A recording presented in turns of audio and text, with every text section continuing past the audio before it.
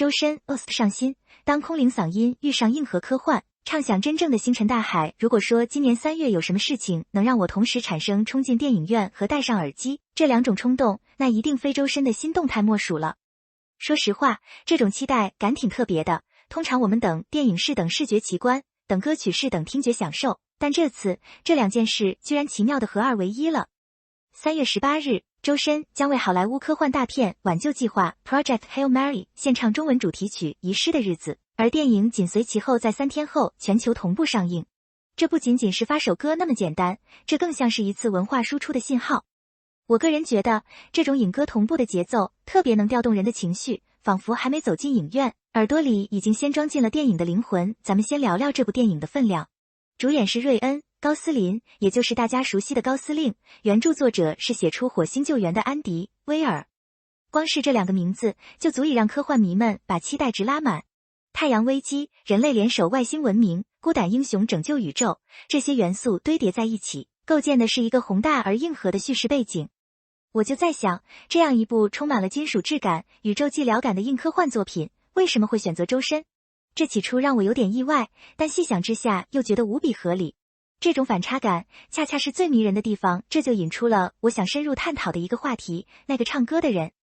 不知从何时起，周深的名字出现在一部电影的 OST 名单里，竟让人觉得理所应当，甚至产生了一种安全感。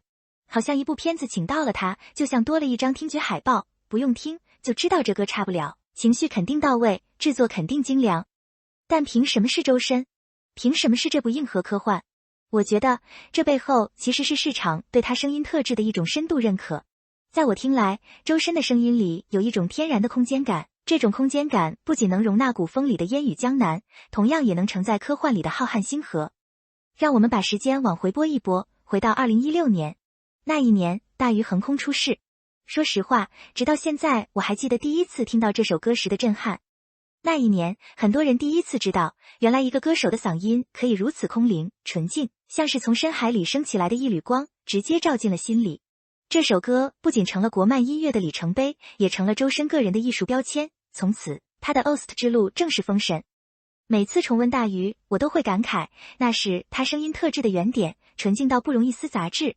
但很多人容易陷入一个误区，觉得周深只会唱这种仙气飘飘的歌，其实不然，真正厉害的是他后来的破圈能力。如果大鱼是让他被看见，那后来的作品就是让他被记住且被尊重。和光同尘唱进现实题材，那种温暖而坚定的力量，让人在平凡日子里看到了光。悬崖之上走进主流大片，在紧张压抑的氛围里，他的声音成了唯一的宣泄口。光亮叩开历史人文的门扉，戏腔的加入更是神来之笔。你会发现，周深不仅能唱仙，也能唱人和事。古装剧找他，现代剧找他，连主旋律大片也找他。这种适配性真的强到你几乎找不到第二个能这样无缝穿梭于各个题材的歌手。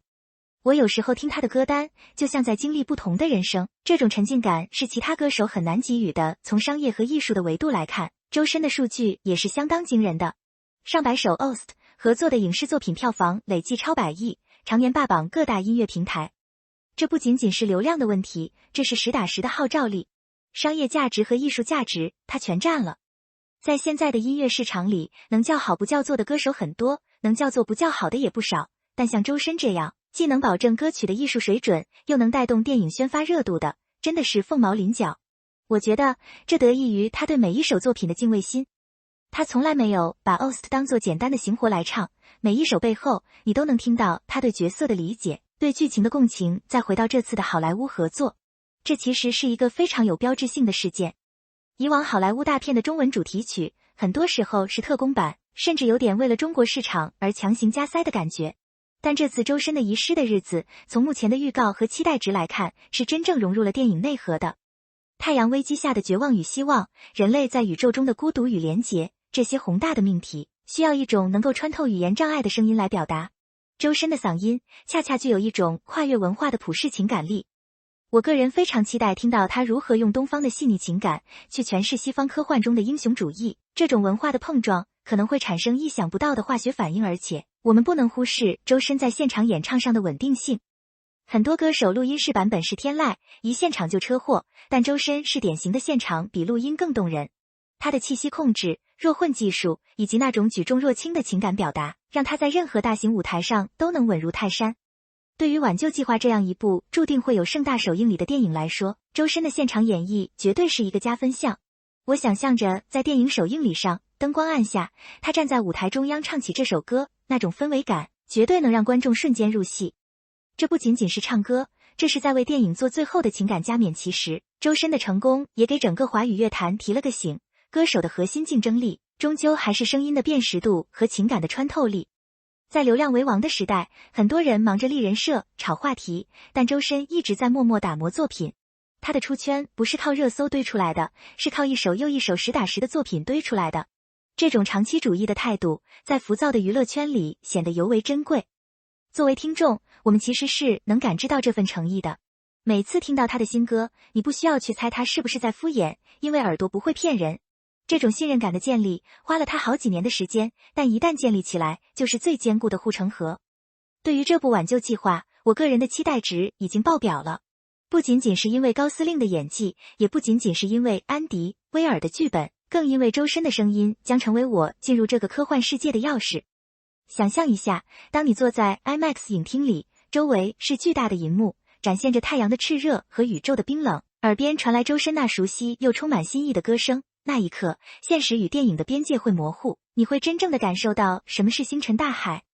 这种体验是单纯的视觉特效无法给予的，它是听觉与视觉的双重共振。另外，我也很感慨周深这一路走来的变化，从最初被标签化为女生难唱的猎奇对象，到如今被公认为华语 OST 之王，他用了太多的努力来打破偏见。他不需要刻意去证明什么，他的声音本身就是最好的证明。这次挑战科幻题材，其实也是他自我突破的一部分。科幻音乐通常需要更强的力量感和科技感，这与他以往擅长的柔美风格有所不同。但我相信，以他的领悟力和 vocal 能力，一定能找到那个平衡点。我甚至有点私心的期待，他会不会在这首歌里加入一些更具实验性的唱法。毕竟，面对宇宙这样的主题，声音的探索也可以更无边无际。最后，我想说，3月18日这个日子，对于周深的歌迷和科幻迷来说，都值得在日历上圈出来。这不仅仅是一首新歌的发布，更像是一次关于声音可能性的探索。我们习惯了周深唱古风、唱抒情，但这一次，他要带我们去更远的地方。如果说大鱼是潜入深海，那这首遗失的日子就是飞向深空。从深海到深空，周深用他的声音丈量了世界的广度。总的来说，这次合作是双赢的。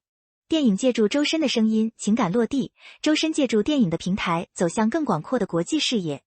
在这个文化交融越来越频繁的时代，我们需要更多像周深这样的音乐人，用专业的素养和独特的声音去讲述属于全人类的故事。对于我而言，现在的等待是一种幸福的煎熬。我已经迫不及待想要戴上耳机，闭上眼，让周深的声音带着我，提前3分钟进入那个关于拯救、关于勇气、关于星辰大海的梦境里了。这大概就是音乐的魅力，也是周深存在的意义吧。